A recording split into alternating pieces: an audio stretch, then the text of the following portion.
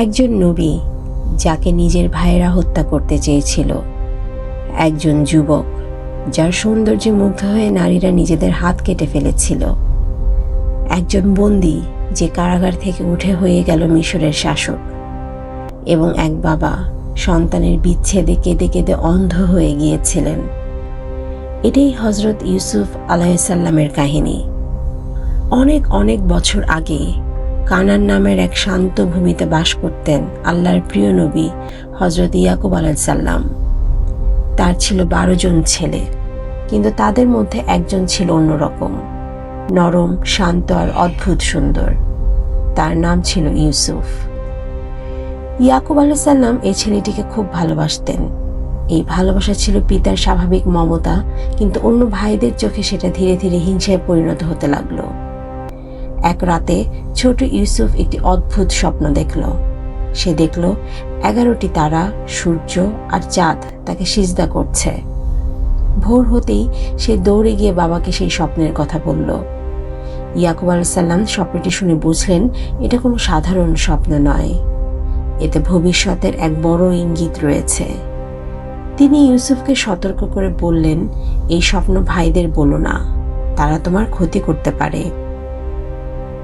কিন্তু ততদিনে ভাইদের মনে হিংসার আগুন জ্বলে উঠেছে। একদিন তারা সিদ্ধান্ত নিল ইউসুফকে সরিয়ে ফেলতে হবে। তারা বাবার কাছে অনুমতি নিয়ে তাকে বাইরে নিয়ে গেল।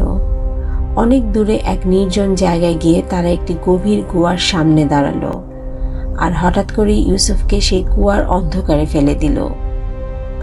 অন্ধকার কুয়ার ভেতরে পড়ে গিয়ে ছোট্ট ইউসুফ চারিদিকে তাকালো।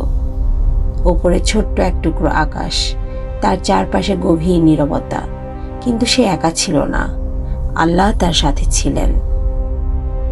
ওদিকে ভাইরা বাড়ি ফিরে গিয়ে মিথ্যা বলল, একটা নেকড়ে ইউসুফকে খেয়ে ফেলেছে। এই কথা শুনে ইয়াকুব আলাইহিসসালামের হৃদয় ভেঙে গেল।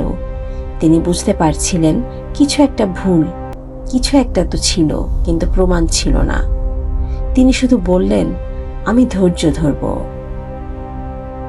দিন যায়, রাত যায়, কিন্তু তার কান্না থামে না।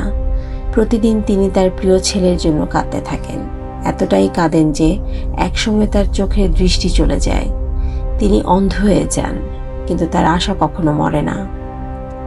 এদিকে কুয়ার পাশ দিয়ে একটি কাফেলা যাচ্ছিল। তারা পানি তুলতে গিয়ে ইউসুফকে খুঁজে পায়। তাকে তুলে নিয়ে তারা মিশরে বিক্রি করে দেয়।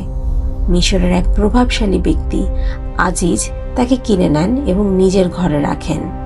সময় গড়াতে থাকে, তার সেই ছোট্ট ছেলে বড় হয়ে ওঠে এক অসাধারণ সুন্দর, বুদ্ধিমান ও চরিত্রবান যুবকে। এরপর শুরু হয় তার জীবনের আরেক কঠিন পরীক্ষা। আজিজের স্ত্রী জুলেখা তার প্রতি আকৃষ্ট হয়ে পড়ে। একদিন তিনি ঘরের সব দরজা বন্ধ করে ইউসুফকে নিজের দিকে ডাকেন, কিন্তু ইউসুফ আল্লাহকে ভয় করতেন। তিনি এই পাপ থেকে বাঁচতে দৌড়ে পালাতে থাকেন। জুলেখা পেছন থেকে তার জামা টেনে ধরেন। জামা ছিঁড়ে যায়, আর ঠিক তখনই দরজা খুলে যায়। সত্য প্রকাশ পায়, কিন্তু ঘটনা এখানেই শেষ হয় না। শহরের নারীরা যখন এই ঘটনা নিয়ে কথা বলতে থাকে, তখন জুলেখা তাদের সামনে ইউসুফকে আনেন। আর তাকে দেখেই তারা এতটাই মুগ্ধ হয়ে যায় যে নিজেদের হাত কেটে ফেলে, কিন্তু টেরই পায় না। এরপর পরিস্থিতি এমন হয় যে ইউসুফ নিজেই কারাগারকে বেছে নেন। তিনি বলেন, হে আল্লাহ, এই পাপের চেয়ে জেল আমার কাছে উত্তম। কারাগারের অন্ধকারেও তিনি আল্লাহর দিকে মানুষকে ডাকতে থাকেন। 2 বন্দী তার কাছে স্বপ্নের ব্যাখ্যা জানতে চায়, আর তিনি আল্লাহর দেয়া জ্ঞান দিয়ে তাদের স্বপ্নের সঠিক ব্যাখ্যা দেন। বছরের পর বছর কেটে যায়। একদিন মিশরের রাজা এক অদ্ভুত স্বপ্ন দেখলেন, কিন্তু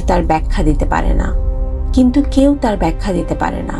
তখন সেই বন্দী ব্যক্তি ইউসুফের কথা মনে করে। ইউসুফ স্বপ্নের ব্যাখ্যা দেন, 7 বছর ভালো ফসল হবে, তারপর 7 বছর ভয়াবহ দুর্ভিক্ষ আসবে। রাজা তার জ্ঞান ও প্রজ্ঞায় মুগ্ধ হয়ে তাকে কারাগার থেকে মুক্তি দেন এবং দেশের দায়িত্ব তার হাতে তুলে দেন। এভাবেই একটি কুয়ার অন্ধকার থেকে একটি কারাগারের নিঃসঙ্গতা পেরিয়ে ইউসুফ হয়ে ওঠেন মিশরের একজন শাসক।